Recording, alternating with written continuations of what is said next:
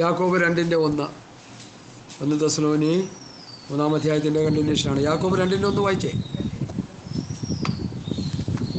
ഒരു പിടുത്തം, രണ്ട് പിടുത്തം. 2-ാം പിടുത്തത്തിൽ യാക്കോബ് കിട്ടിയിരിക്കണം. 2:1. ആ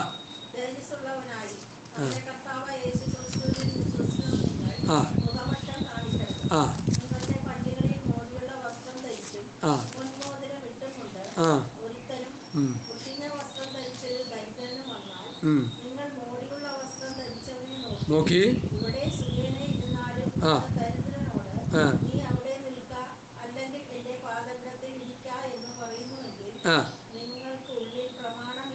നിങ്ങളുടെ ഉള്ളിൽ പ്രമാണമില്ലാതെ വിധിക്കുന്നവരല്ലയോ. 5-ാം വാക്യം. പ്രിയ സഹോദരന്മാരെ കേൾപ്പിൻ, ദൈവം ലോകത്തിൽ ദരിദ്രരായവരെ വിശ്വാസത്തിൽ സമ്പന്നരും തന്നെ സ്നേഹിക്കുന്നവർക്കും വാഗ്ദത്തം ചെയ്ത രാജ്യത്തിൻ്റെ അവകാശികളും ആകേണ്ടതിന്. അപ്പൊ ദൈവം തിരഞ്ഞെടുത്തത് എന്തിനാ? വിശ്വാസത്തിൽ സമ്പന്നർ. നമ്മുടെ സബ്ജക്റ്റ് കയറി വന്നുണ്ടോ? വിശ്വാസത്തിൽ സമ്പന്നരായേണ്ടതിനാ ദൈവം തിരഞ്ഞെടുത്തത്. അല്ലാതെ കോടിക്കണക്കിന് രൂപ പല ബാങ്കുകളിൽ കൊണ്ടുപോയി പല അക്കൗണ്ടിലായിട്ട് കൊണ്ടുവന്ന് ഇട്ടിട്ട് കാർഡും പ്ലഗ് ചെയ്ത് കാശെടുത്തുകൊണ്ട് പോയി സൂക്ഷിച്ച് ജീവിക്കാനല്ല. അതാ ഇന്ന് മനുഷ്യൻ ചെയ്തുകൊണ്ടിരിക്കുന്ന മുഴുവൻ. കാശില്ലാത്ത ബന്ധുക്കൂസാരെ പാസ്റ്റർമാർക്ക് വേണ്ട. ഇന്ന് ഓട്ടോറിക്ഷക്കാരനെയും മീൻ പിടിക്കുന്നവരെയൊന്നും വേണ്ട.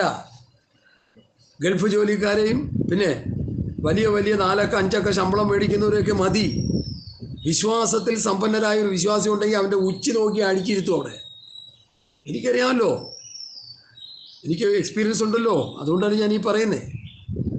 വേദപുസ്തകം പറയുന്നത് വിശ്വാസത്തിൽ സമ്പന്നരാകാനാ. കോടിക്കണക്കിന് സമ്പാദിച്ച് വെച്ച് ഏക്കറുകണക്കിന് തോട്ടം ഉണ്ടാക്കി വെച്ച് പ്രാർത്ഥനയില്ല, വചനധ്യാനമില്ല, ഉറക്കവും ഇല്ല, കിടന്ന് തലകുത്തി മറിയുക. നമുക്ക് ഭൗതികം കുറഞ്ഞിരുന്നാലും ഒരു കുഴപ്പവുമില്ല, കുറഞ്ഞിരിക്കുന്നതാണ് നല്ലതെന്ന് ഞാൻ പഠിപ്പിക്കുന്ന ആളാണ്. അതിന് പൗലോസിൻ്റെ ടീച്ചിങ് ആണ് ഒരു മാനദണ്ഡമായിട്ട് എടുക്കുന്നത്. ഉണ്മാനും ഉടുപ്പാനും ഉണ്ടെങ്കിൽ മതിയെന്ന് വിചാരിക്കും. അതിലപ്പുറം കിട്ടിക്കഴിഞ്ഞാൽ പ്രശ്നമാണ് ദൈവമക്കളെ. കിട്ടിയതിനൊക്കെ കിടന്ന് അയ്യോ അയ്യോ എന്ന് വിളിച്ചുകൊണ്ടിരിക്കുക. കയ്യിൽ കാശും വെച്ചിട്ട് പ്രാർത്ഥിച്ചിട്ടും മരുന്ന് കഴിച്ചിട്ടും സൗഖ്യമാകാത്ത എത്ര വിശ്വാസികളെ എനിക്കറിയാം. കാരണം അവർ ദൈവസനിൽ കീഴ്പ്പെടാൻ അവർക്ക് മനസ്സില്ല. ദൈവസനിൽ വീണ് കിടക്കാൻ അവർക്ക് മനസ്സില്ല.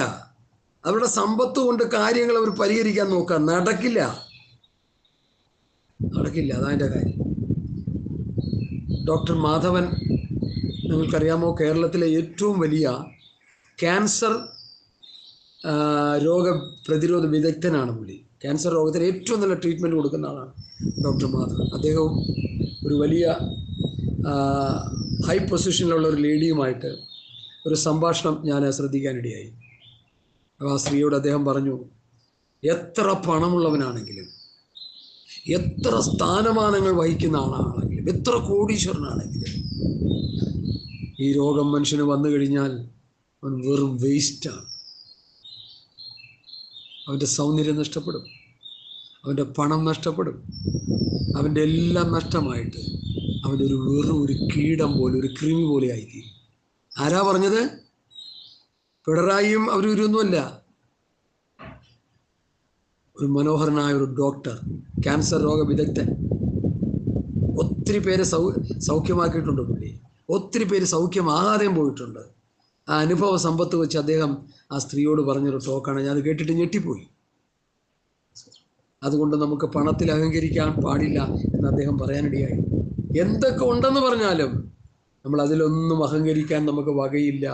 കാരണം ഞാൻ മനുഷ്യനെ എൻ്റെ മുൻപിൽ കണ്ടുകൊണ്ടിരിക്കുക, വേദനിച്ചു കൊണ്ടിരിക്കുക. എന്നെ കേൾക്കുന്ന പ്രിയപ്പെട്ടവരെ, സ്തോത്രം.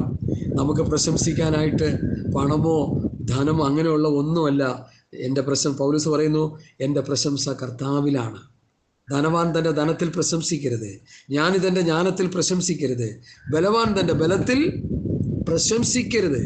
പ്രശംസിക്കുന്നെങ്കിൽ കർത്താവിൽ പ്രശംസിക്കണം. പൗലോസ് അതാ പറയും, എനിക്കോ നമ്മുടെ കർത്താവായ യേശുക്രിസ്തുവിൻ്റെ ക്രൂശിലല്ലാതെ പ്രശംസിപ്പാനിടവരുത്. യേശുക്രിസ്തുവിൻ്റെ ക്രൂശ് മരണത്തിലൂടെ എനിക്ക് ലഭ്യമായ ആത്മരക്ഷ, അതിലാണ് ഞാൻ പ്രശംസിക്കുന്നത്. എത്ര മനോഹരം! അതുകൊണ്ട് എന്നെ കേൾക്കുന്ന പ്രിയപ്പെട്ടവർ, നമ്മുടെ പ്രശംസ കർത്താവിലായിരിക്കട്ടെ. ഇവിടെ സ്തോത്രം, യാക്കോബ് പറയുന്നു 2:5, പ്രിയ സഹോദരന്മാരെ കേൾപ്പിൻ, ദൈവം ലോകത്തിൽ ദരിദ്രരായവരെ വിശ്വാസത്തിൽ സമ്പന്നരും തന്നെ സ്നേഹിക്കുന്നവർക്ക് വാഗ്ദത്തം ചെയ്ത രാജ്യത്തിൻ്റെ അവകാശികളും ആകേണ്ടതിന്. ഇപ്പൊ ദൈവം തിരഞ്ഞെടുത്ത ആരാ? ദരിദ്രരായവര്. എന്തിനാ തിരഞ്ഞെടുത്തത്? വിശ്വാസത്തിൽ സമ്പന്നരാകാൻ. 10 ചക്രം കിട്ടിയാലേ ശരിയാവുള്ളൂ എന്നും പറഞ്ഞ് പാസ്റ്റർമാർ പ്രസംഗിച്ചുകൊണ്ടിരിക്കുക. പ്രിയരെ, നീ എല്ലാത്തിലും ശുഭമായും സുഖമായിരിക്കണം, എന്നാലല്ലേ ഇവർക്കൊക്കെ വല്ലതും കിട്ടുള്ളൂ. ഒരു ദരിദ്രനായ വിശ്വാസി കൊടുക്കുന്ന 500-1000 രൂപ കൊണ്ട് തൃപ്തിപ്പെടാൻ തയ്യാറല്ലല്ലോ.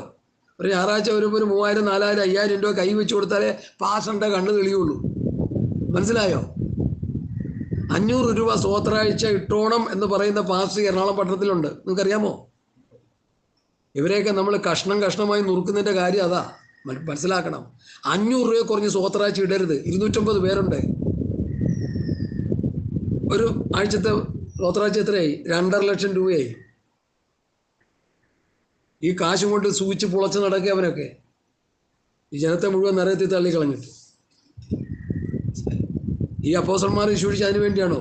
അവർക്ക് തിന്നാനില്ല, കുടിക്കാനില്ല, ഉടുക്കാനില്ല, ഒരു കഷ്ടപ്പാടും ബുദ്ധിമുട്ടും അനുഭവിച്ച് അവർ മരിച്ച് നിത്യ സ്വർഗത്തിലേക്ക് പോയി, അല്ലെങ്കിൽ വിശ്രാമസ്ഥലത്തേക്ക് പോയി. ഇവന്മാരൊക്കെയോ നരകം പോലും കിട്ടുമെന്ന് നമുക്കറിയത്തില്ല. എനിക്ക് അതിലും ഏറ്റവും കീഴെയുള്ള എവിടെയെങ്കിലും സ്പേസ് ആയിരിക്കും കിട്ടാൻ പോകും. അതുകൊണ്ട് പ്രിയമുള്ളവരെ, നമ്മൾ മനസ്സിലാക്കുക, വേദപുസ്തകം വിഭാവന ചെയ്യുന്നത് മുഴുവൻ ആത്മീക സമ്പത്താ, ഭൗതികമല്ല. നമ്മുടെ കർത്താവായ യേശുക്രിസ്തു സമ്പന്നനായിരുന്നിട്ടും തൻ്റെ ദാരിദ്ര്യത്താൽ നിങ്ങൾ സമ്പന്നനാകേണ്ടതിന് നിങ്ങൾ നിമിത്തം ദരിദ്രനായി തീർന്ന കൃപ. ആ വാക്യം പോലും വളച്ചൊടിക്കുക. കർത്താവ് ദരിദ്രനായി തീർന്ന് നമ്മളെ കാലുള്ളവനാക്കാനാണ്. എന്താ പറയുക? ആ വാക്യം അങ്ങനെയല്ല. കർത്താവ് ദരിദ്രനായി തീർന്നത് നിങ്ങളെ സ്വർഗീയ സമ്പന്നനാക്കാനാ, സ്വർഗീയമായ അനുഗ്രഹങ്ങൾ പ്രാപിക്കാനാ, സ്വർഗത്തിൽ ചെല്ലാനാ. 70-80 സംവത്സരം കഴിയുമ്പോൾ ഒരു ഇക്കിട്ടത്തോടെ തീരും. ഇപ്പൊ പിന്നെ ന്യൂ ജനറേഷനൊക്കെ 70 പോണ്ട് 50 അവർക്ക് ശാസ്ത്രം വിധിച്ചു വെച്ചിരിക്കുക. 50 ആകുമ്പോൾ സ്വന്തം തീർന്നു. കാരണം അവർ പറയുന്നത് ഇന്നത്തെ ആഹാരം, പിന്നെ ഭക്ഷണം, ജലം, വായു, 3 കാര്യങ്ങൾ പക്ക മലിനമാണെന്നാണ് പറയുന്നത്. നമുക്കറിയത്തില്ല അത്. ഇന്നുണ്ടാകുന്ന രോഗങ്ങൾ കൂടുതലും ഈ ഭക്ഷണം 3 കൂടിയുള്ള രോഗങ്ങളാണ് കൂടുതലും. പണ്ടൊക്കെയുള്ള ആൾക്കാർ, നമ്മുടെ CC അപ്പച്ചൻ 94 വയസ്സ് വരെ ജീവിച്ചിരുന്നില്ലേ? എന്താ കാര്യം? ഒരുമാതിരിപ്പെട്ട ആഹാരമൊന്നും പുള്ളി കഴിക്കത്തില്ല. നല്ല A1 ഫുഡ് കഴിക്കുള്ളൂ, ടേസ്റ്റി ഫുഡ് കഴിക്കുള്ളൂ. അത് സ്വന്തമായിട്ട് ഉണ്ടാക്കി കഴിക്കും 93 വയസ്സ് വരെ, 3.5 വയസ്സ് വരെ. സ്വത്രം വാങ്ങി കഴിക്കുകയില്ലെന്നില്ല. ബുദ്ധിമുട്ടൊക്കെ വരുമ്പോൾ ചിലപ്പോൾ അങ്ങനെ ചെയ്യുമായിരിക്കാം. പക്ഷേ പ്രിയമുള്ളവരെ, അതുകൊണ്ട് നമ്മൾ വേദപുസ്തകത്തിലൂടെ പഠിച്ചെടുക്കേണ്ട ഒരു പ്രധാന കാര്യം വിശ്വാസത്തിൽ സമ്പന്നരാകുക, പ്രത്യാശയിൽ സമ്പന്നരാകുക, സന്തോഷ സമൃദ്ധി ഉണ്ടാകുക, നീതിയുടെയും കൃപാദാനത്തിൻ്റെയും സമൃദ്ധി പ്രാപിക്കുക. സന്തോഷ സമൃദ്ധി, ആത്മീകമായ എല്ലാ വിഷയങ്ങളിലും നമ്മൾ സമ്പന്നരാകണമെന്നാണ് നമ്മുടെ വാഴ്ത്തപ്പെട്ട കർത്താവും തൻ്റെ സ്ലീഹന്മാർ അപ്പോസ്തലന്മാർ സഭയെ പഠിപ്പിച്ചത്. അതിൽ ഇന്ന് നമ്മൾ പഠിച്ചുകൊണ്ടിരിക്കുന്ന പഠന വിഷയം വിശ്വാസത്തിൽ സമ്പന്നരാകണം. നാം കഷ്ടമനുഭവിക്കണം എന്ന് നിയമിക്കപ്പെട്ടിരിക്കുന്നു എന്ന് നിങ്ങൾ തന്നെ അറിയുന്നുവല്ലോ. നാം കഷ്ടമനുഭവിക്കേണ്ടി വരും എന്ന് ഞങ്ങൾ നിങ്ങളോട് മുൻകൂട്ടി പറഞ്ഞിട്ടുണ്ടല്ലോ. അവിടെ തന്നെ സംഭവിച്ചു നിങ്ങൾ അറിയുന്നു. അത് നിമിത്തം എനിക്ക് ഒട്ടും സഹിച്ചുകൂടാഞ്ഞിട്ട് പരീക്ഷകൻ നിങ്ങളെ പരീക്ഷിച്ചുവോ? നിങ്ങളുടെ പ്രയത്നം വെറുതെയായി പോയോ എന്ന് ഞാൻ ഭയപ്പെടുന്നു. നിങ്ങളുടെ വിശ്വാസത്തിൻ്റെ വസ്തുത അറിയേണ്ടതിന് ഞാൻ ആളയച്ചു. ഇപ്പോഴോ തിമോഥെയോസ് നിങ്ങളുടെ അടുക്കൽ വന്ന് നിങ്ങളുടെ വിശ്വാസത്തെയും സ്നേഹത്തെ പറ്റിയും ഞങ്ങൾ നിങ്ങളെ കാണുവാൻ വാഞ്ചിക്കുന്നത് പോലെ നിങ്ങൾ ഞങ്ങളെയും കാണുവാൻ വാഞ്ചിക്കുന്നത് കൊണ്ട് ഞങ്ങളെക്കുറിച്ച് നിങ്ങൾക്ക് എപ്പോഴും നല്ല ഓർമ്മയുണ്ട് എന്ന കാരണത്താൽ സഹോദരന്മാരെ, ഞങ്ങളുടെ സകല കഷ്ടത്തിലും സങ്കടത്തിലും നിങ്ങളുടെ വിശ്വാസം ഹേതുവായി ഞങ്ങൾ നിങ്ങളെക്കുറിച്ച് ആശ്വാസം പ്രാപിച്ചു. ഇല്ലേ? അങ്ങനെയല്ലേ എഴുതിയിരിക്കുന്നേ? അല്ലേ? ആശ്വാസം പ്രാപിച്ചു. അവർ വിശ്വാസമുള്ളവരെന്ന് കണ്ടിട്ട്, തെസ്സലോനിക്ക സഭ വിശ്വാസത്തിൽ ശക്തിയോടെ മുൻപോട്ട് പോകുന്നു എന്ന് കണ്ടിട്ട്, ആ വിവരം ഞങ്ങൾ അറിഞ്ഞിട്ട് എന്ത് ചെയ്തു? ഞങ്ങൾ ആശ്വാസം പ്രാപിച്ചു. 7-ാം വാക്യം ഒന്ന് വായിച്ചേ.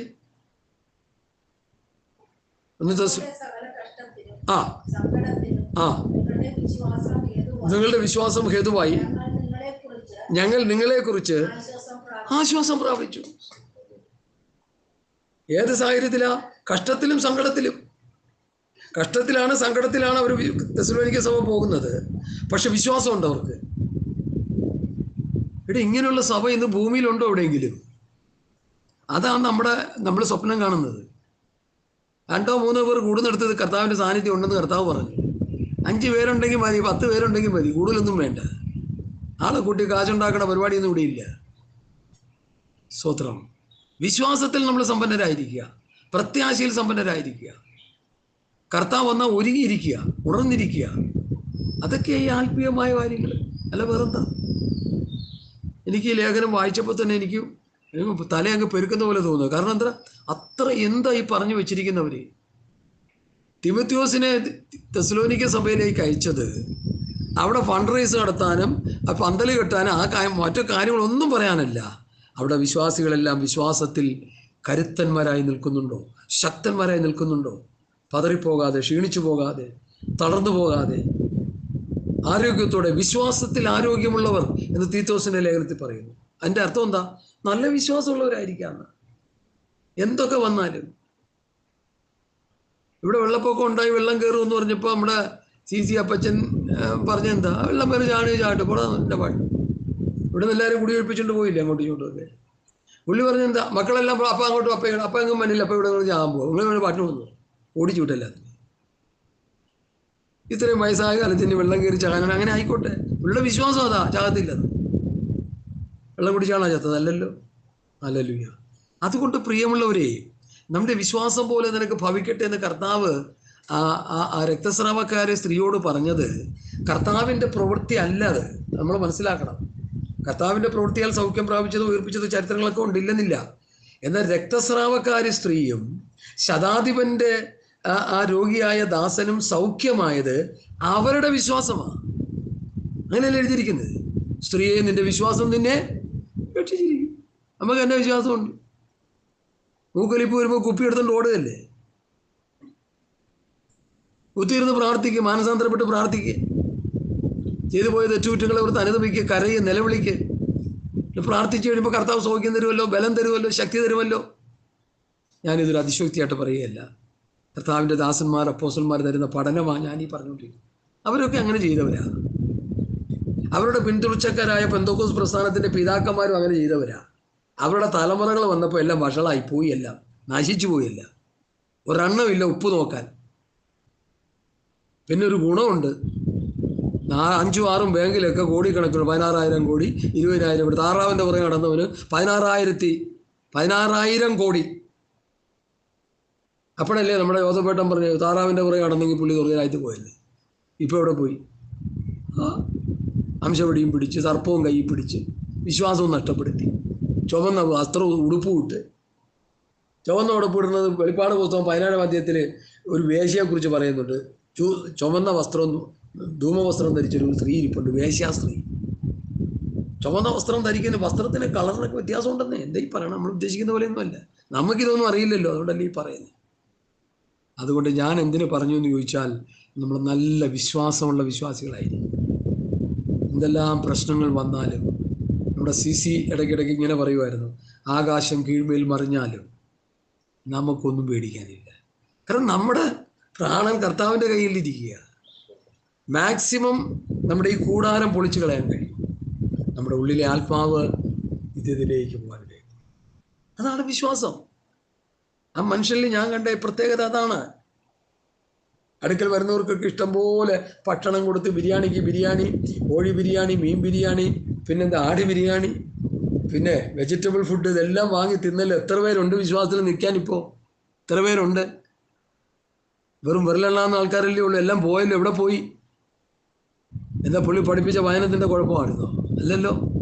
നമുക്കനുസരിക്കാൻ പറ്റത്തില്ല, നമുക്ക് കേൾക്കാൻ പറ്റത്തില്ല, അത്രേ ഉള്ളൂ. നമുക്ക് നമ്മളത് അന്വേഷണം ചെയ്യണം. എൻ്റെ പ്രിയപ്പെട്ടവരെ, ഞാനിത് ശ്വാസിക്കുകയും തർജ്ജനം ചെയ്യുന്നത് എന്താണെന്ന് ചോദിച്ചാൽ, കർത്താവ് വരാറായി. വിശ്വാസത്തിൽ ഉറച്ചു നിൽക്കുന്നവർക്ക് ദൈവരാജ്യത്തിൽ അവകാശമുള്ളൂ. വിശ്വാസത്തിൽ ആടി ഉലഞ്ഞു നിൽക്കുന്നവനും, കർത്താവ് തന്നെ പറഞ്ഞല്ലോ, എൻ്റെ അടുക്കൽ എൻ്റെ ഈ വചനങ്ങളെ കേട്ട് ചെയ്യുന്നവൻ പാറമേൽ വീടുന്നത് ഉറപ്പുള്ള ജീവിതം. അല്ലാത്തവൻ്റെ കാര്യം എന്താ? മണലിന്മേൽ പണിയുക. വൻമഴ ചൊരിഞ്ഞു, നദികൾ പൊങ്ങി, കാറ്റടിച്ചു, ആ വീടിന്മേൽ അലിച്ചു. അതിൻ്റെ വീഴ്ച വലിയതായി. അതിൻ്റെ അർത്ഥം നരകത്തിൽ പോയെന്നാണ്. വലിയ വീഴ്ച, വലിയ പരാജയം. നമുക്കത് സംഭവിക്കരുത്. നമുക്ക് കിട്ടിയ ഈ വചനത്തിൻ്റെ വെളിപ്പാടുകൾ ഏറ്റവും ശ്രേഷ്ഠമാണ്, ഏറ്റവും ഹയർ സ്റ്റഡിയാണ് ബിബ്ലിക്കലായിട്ട് നമ്മൾ പഠിച്ചുകൊണ്ടിരിക്കുന്നത്. ഏറ്റവും ഉന്നതമായ പഠിപ്പിക്കലാണ് നമ്മൾ.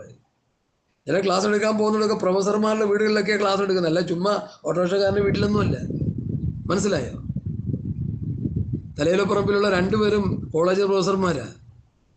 അവർ ഈ കേൾക്കാത്ത ഉപദേശങ്ങളൊന്നുമില്ല. ഈ ഡാമിൻ ഭൂമിൻ എല്ലാവരുടെയും കേട്ട് അവസാനം വന്ന് ഇവിടെ വന്നു ഉറച്ചു. ഇതിൽക്കുള്ള അപ്പുറം ഒരു പഠനമില്ലെന്ന് അവർ തന്നെ പറയുന്നത്. എന്താ കാര്യം? ആ പ്രോപ്പർ ചാനലിലൂടെയുള്ള വചന പഠനമാണ് നമ്മൾ നടത്തുന്നത്. പിതാവ് കർത്താവിന് കൊടുത്തു വചനം, കർത്താവ് അപ്പോസ്തലന്മാരെ ഏൽപ്പിച്ചു, അപ്പോസ്തലന്മാർ പുതിയ സമയം ഏൽപ്പിച്ചു, പുതിയ നിയമസഭ പഠിപ്പിച്ചുകൊണ്ടിരുന്നു. ഇപ്പോൾ വന്നപ്പോൾ എല്ലാം തലകുത്തലായി, എല്ലാം നാല് വഴിക്കായി. അങ്ങനെയല്ല, കർത്താവിൻ്റെ ശിഷ്യന്മാർ പഠിപ്പിച്ച ആ പഠനത്തിൽ തന്നെ നമ്മൾ നിൽക്കണം. അത് തന്നെ നമ്മൾ പഠിക്കണം. അതാണ് നമ്മുടെ വിശ്വാസത്തെ കെട്ടുറപ്പിക്കുന്ന വചനങ്ങൾ. ഞാൻ മുമ്പോട്ട് പോകട്ടെ. സ്തോത്രം 7-ാം വാക്യം ഞാൻ ഒന്നുകൂടി വായിക്കുന്നു. സഹോദരന്മാരെ, ഞങ്ങളുടെ സകല കഷ്ടത്തിലും സങ്കടത്തിലും നിങ്ങളുടെ വിശ്വാസം ഹേതുവായി ഞങ്ങൾ നിങ്ങളെക്കുറിച്ച് ആശ്വാസം പ്രാപിച്ചു. അടുത്ത് എഴുതിയിരിക്കുന്നത് എന്താ? 8-ാം വാക്യം വായിച്ചേ. ഞങ്ങൾ കർത്താവിൽ നിലനിൽക്കുന്നു എന്നറിഞ്ഞ് ഞങ്ങൾ വീണ്ടും ജീവിക്കുന്നു. തെസ്സലോനിക്ക സഭ കർത്താവിൽ നിലനിൽക്കുകയാണ്.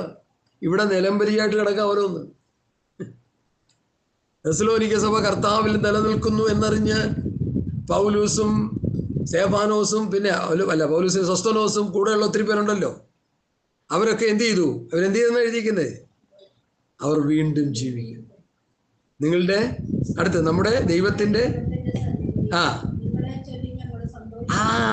തെസ്സലോനിക്ക സഭയെ നിങ്ങളെ ചൊല്ലി ഞങ്ങൾ സന്തോഷിക്കുക. നിങ്ങൾ വിശ്വാസത്തിൽ നിലനിൽക്കുന്നു എന്ന് കേട്ടപ്പോൾ ഞങ്ങൾ വീണ്ടും ജീവിക്കുക. കാരണം ഇവർക്കും കഷ്ടതകളുണ്ടേ, ബുദ്ധിമുട്ടും പ്രയാസങ്ങളൊക്കെ പൗലോസിനുണ്ട്, പത്രോസിനുണ്ട്, എല്ലാവർക്കും ഉണ്ട്. പക്ഷെ അവിടെ കൂട്ടുസഭകൾ, അവരാൽ ഉപദേശം കേൾക്കുന്നവർ വിശ്വാസത്തിൽ ക്ഷീണിക്കാതെ കഷ്ടതയിൽ നിലനിൽക്കുന്നു. തിമോഥെയോസ് പോയി അങ്ങോട്ട് കുറെ പ്രബോധനങ്ങൾ പറഞ്ഞപ്പോൾ അവരെല്ലാവരും കരുത്തന്മാരായി നിൽക്കാൻ തുടങ്ങി. അപ്പോൾ അവർക്ക് എന്തായി? അതൊരു ബലമായി, അവർക്കൊരു ജീവനായി. അത് പൗലോസ് എഴുതി വെച്ചിരിക്കുന്നത്. സ്തോത്രം. നമ്മുടെ ദൈവത്തിൻ്റെ സന്നിധിയിൽ നിങ്ങളെ ചൊല്ലി ഞങ്ങൾ സന്തോഷിക്കുന്ന സകല സന്തോഷത്തിനും തക്കതായി ദൈവത്തിന് എന്തൊരു സ്തോത്രം ചെയ്യുവാൻ ഞങ്ങളാൽ കഴിയും. നോക്കിയ പദപ്രയോഗങ്ങളൊക്കെ നോക്കി. അടുത്ത 10. ഇനി നിങ്ങളുടെ മുഖം കാണുവാനും നിങ്ങളുടെ വിശ്വാസത്തിന്റെ കുറവ് തീർപ്പാനുമായി ഞങ്ങൾ രാവും പകലും ഇതാണ്ട് കിടക്കണം. ഇപ്പൊ തെസ്സലോനിക്ക സഭയ്ക്ക് വേണ്ടി പൗലോസ് പ്രാർത്ഥിക്കുക. ആ പ്രാർത്ഥനയിലെ പ്രധാന വിഷയം എന്താ? വിസ കിട്ടണം, ബൈക്ക് മാറി കാറ് കിട്ടണം, കാറ് മാറി ലോറി വേണം എന്നുള്ളതല്ല പ്രാർത്ഥന. എന്താ പ്രാർത്ഥന? പറ. വിശ്വാസത്തിന്റെ കുറവ് തീർപ്പാൻ. അതാണ് പ്രാർത്ഥന. ഞാൻ മനസ്സിലാക്കിയെടുത്തത്, ഞാൻ 50 വർഷമായി വേദോസ്തം കൊണ്ട് നടക്കുക. ഇവിടെ കിടക്കുന്ന ഉപദേശിമാരെല്ലാം എന്തൊക്കെ പ്രസംഗിക്കുന്നതൊക്കെ എനിക്കറിയാം. ഞാനിത് സന്ദർഭോചിതമായി പലരും പറയുന്നത് കേട്ട് വെറും പൊട്ടത്തരങ്ങളാണ് പറഞ്ഞു പിടിപ്പിക്കുന്നത്. ആൾക്കാരെ കറക്കി അടിച്ച് കാശുണ്ടാക്കാല്ല, വേറൊന്നുമില്ല.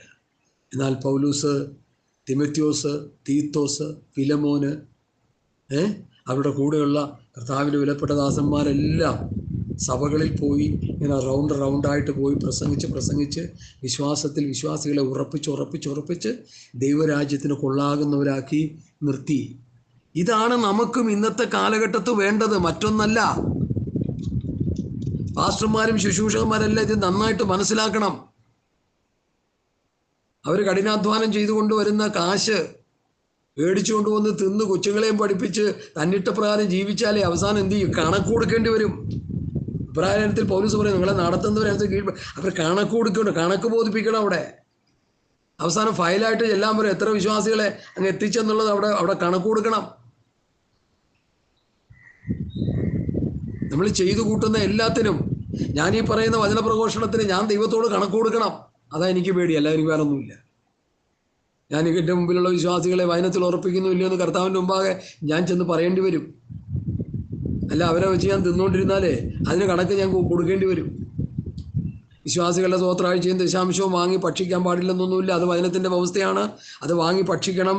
അത് വാങ്ങി ഭക്ഷിച്ച് കുട്ടികളെ പഠിപ്പിക്കുക, എന്ത് വേണേലൊക്കെ ചെയ്തോ. പക്ഷെ അവരെ നിത്യതയിലെത്തിക്കാനുള്ള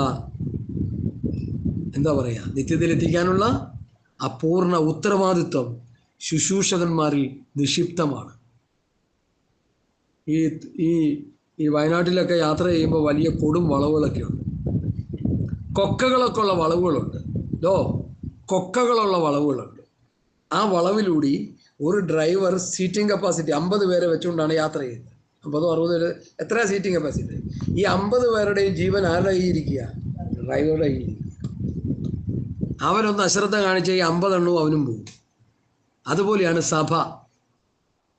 പാസ്റ്റർമാര് ദൈവവചന വ്യവസ്ഥപ്രകാരം ഇവരെ നടത്തിയില്ലെങ്കിൽ ഇതെല്ലാം പോകും, നശിച്ചു പോകും. അതുകൊണ്ട് ഞാൻ ഈ കണ്ടക്ഷോഭം ചെയ്യുന്നത്. എനിക്ക് ആരോടും വ്യക്തിപരമായി ഒരു വൈരാഗ്യവും ഒരു പിണക്കവും ഇല്ല. പക്ഷേ ഈ വ്യവസ്ഥ വിട്ടുള്ള പോക്കുകൾ കാണുമ്പോൾ നമുക്ക് സഹിക്കാൻ പറ്റുന്നില്ല. ഒരമ്മയുടെ ഹൃദയം പോലെയാണ് ഒരു ശുശ്രൂഷകൻ്റെ ഹൃദയം. തങ്ങളാൽ നടത്തപ്പെടുന്ന കുഞ്ഞുങ്ങളെ അവരെ മരണത്തിനേൽപ്പിക്കാതെ നിത്യജീവനിൽ കൊണ്ടെത്തിക്കുക എന്നുള്ള വലിയ ഉത്തരവാദിത്വം അവരിൽ നിക്ഷിപ്തമാണെന്ന് അവർ മനസ്സിലാക്കണം. അവരവരുടെ കൃത്യവിലോപത്തിൽ നിന്ന് അവരലസന്മാരായിയാൽ വിശ്വാസികൾ എന്നേക്കുമായിട്ട് നരകത്തിലെ മാസം എത്രയാ? കോടാനുകോടി വർഷമാണ്. സ്വർഗത്തിലെ മാസം എത്രയാ? അതും കോടിയാ. അപ്പൊ 70 വയസ്സിലെ ഈ ജീവിതം കൊണ്ടെടുത്ത് പന്താടരുത്. നമ്മൾ 70 ആയോ 80, നീ ചെല്ലു പറയുന്നത് 100 ആയിക്കോട്ടെ, എന്തായാലും ചത്തേ പറ്റൂ, അല്ലേ? മരണമില്ലാത്ത അവസ്ഥയില്ല മരിച്ചു. അപ്പം അത്രയും ഹ്രസ്വകാലം കൊണ്ട് കോടാനുകോടി വർഷം നരകയാതന അനുഭവിക്കാമെന്ന് പറഞ്ഞാൽ അതിനെക്കുറിച്ച് ആരും ചിന്തിക്കുന്നില്ല. ഞങ്ങളൊക്കെ അതിനെക്കുറിച്ച് ചിന്തിച്ച് വ്യാകുലപ്പെടുന്നവരാണ്. ഒരു വിശ്വാസി എങ്ങോട്ടാണ് പോകുന്നത്? ദൈവവചന വ്യവസ്ഥപ്രകാരം ജീവിച്ചില്ലെങ്കിൽ അവരുടെ അവസ്ഥ എന്താണെന്നുള്ളത് വചനത്തിലൂടെ കണ്ട് മനസ്സിലാക്കി വ്യാകുലപ്പെട്ടുകൊണ്ടിരിക്കുകയാണ്.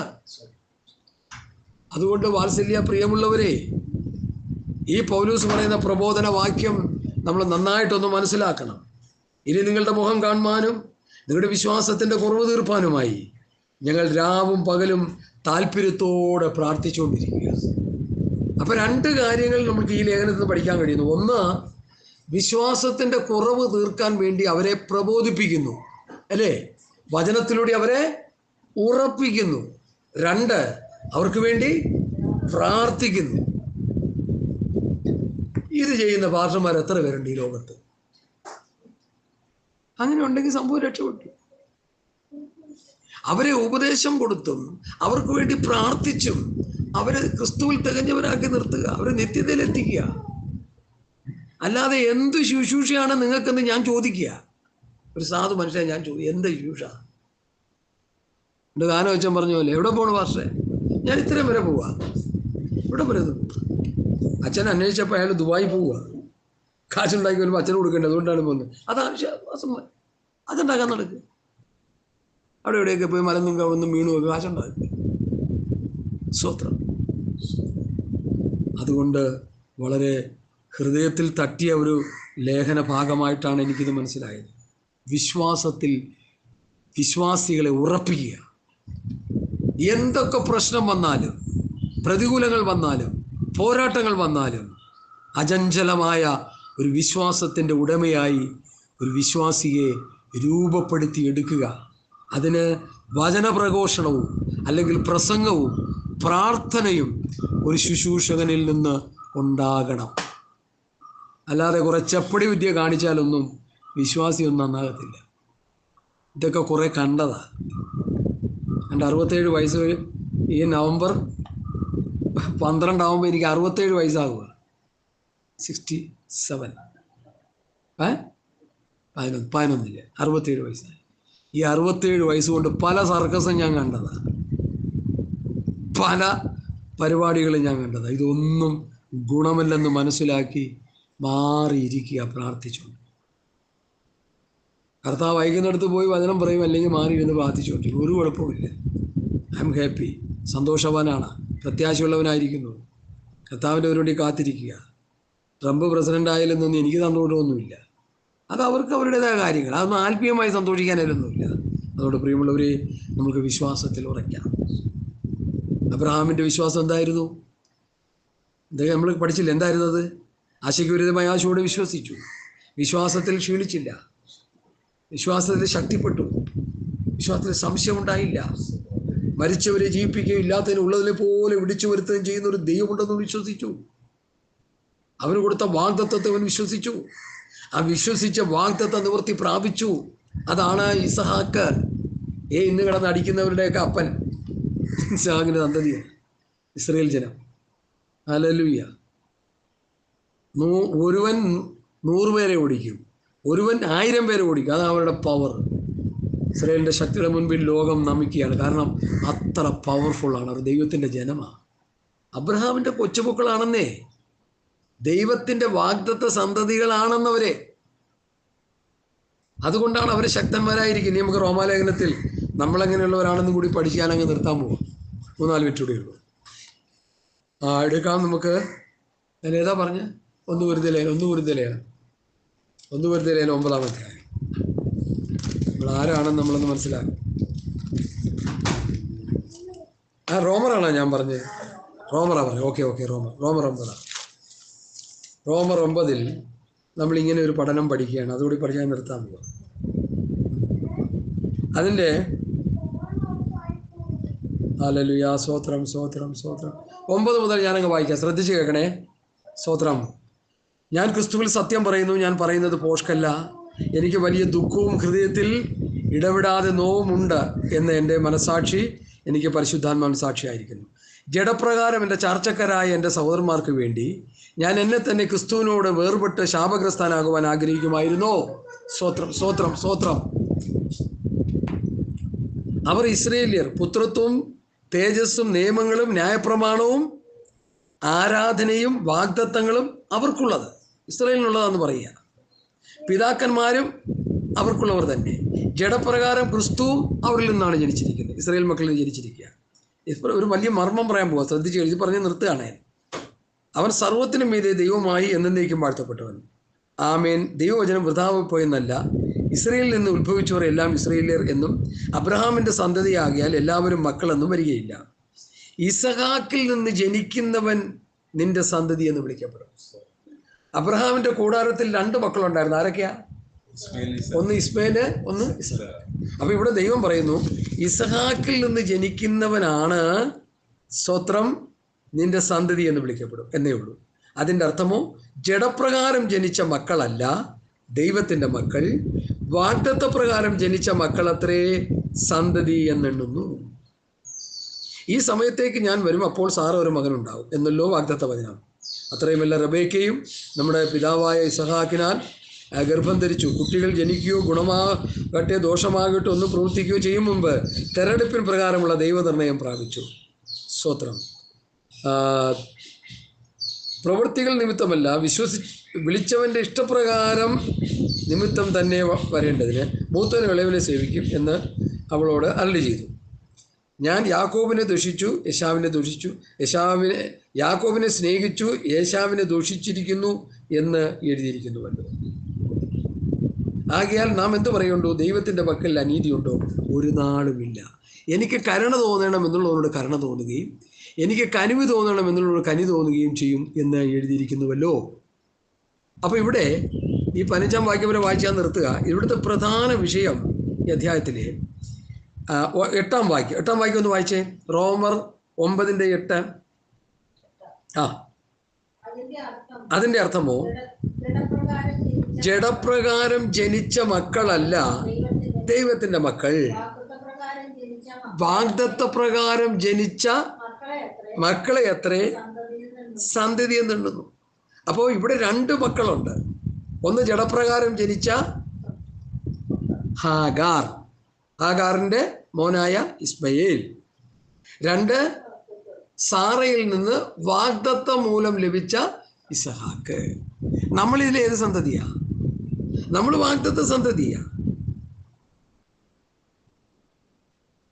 അപ്പോ ജഡപ്രകാരം ജനിച്ച മക്കളല്ല ദൈവത്തിന്റെ മക്കൾ, വാഗ്ദത്ത പ്രകാരം ജനിച്ച മക്കളാണ് ദൈവത്തിന്റെ മക്കൾ.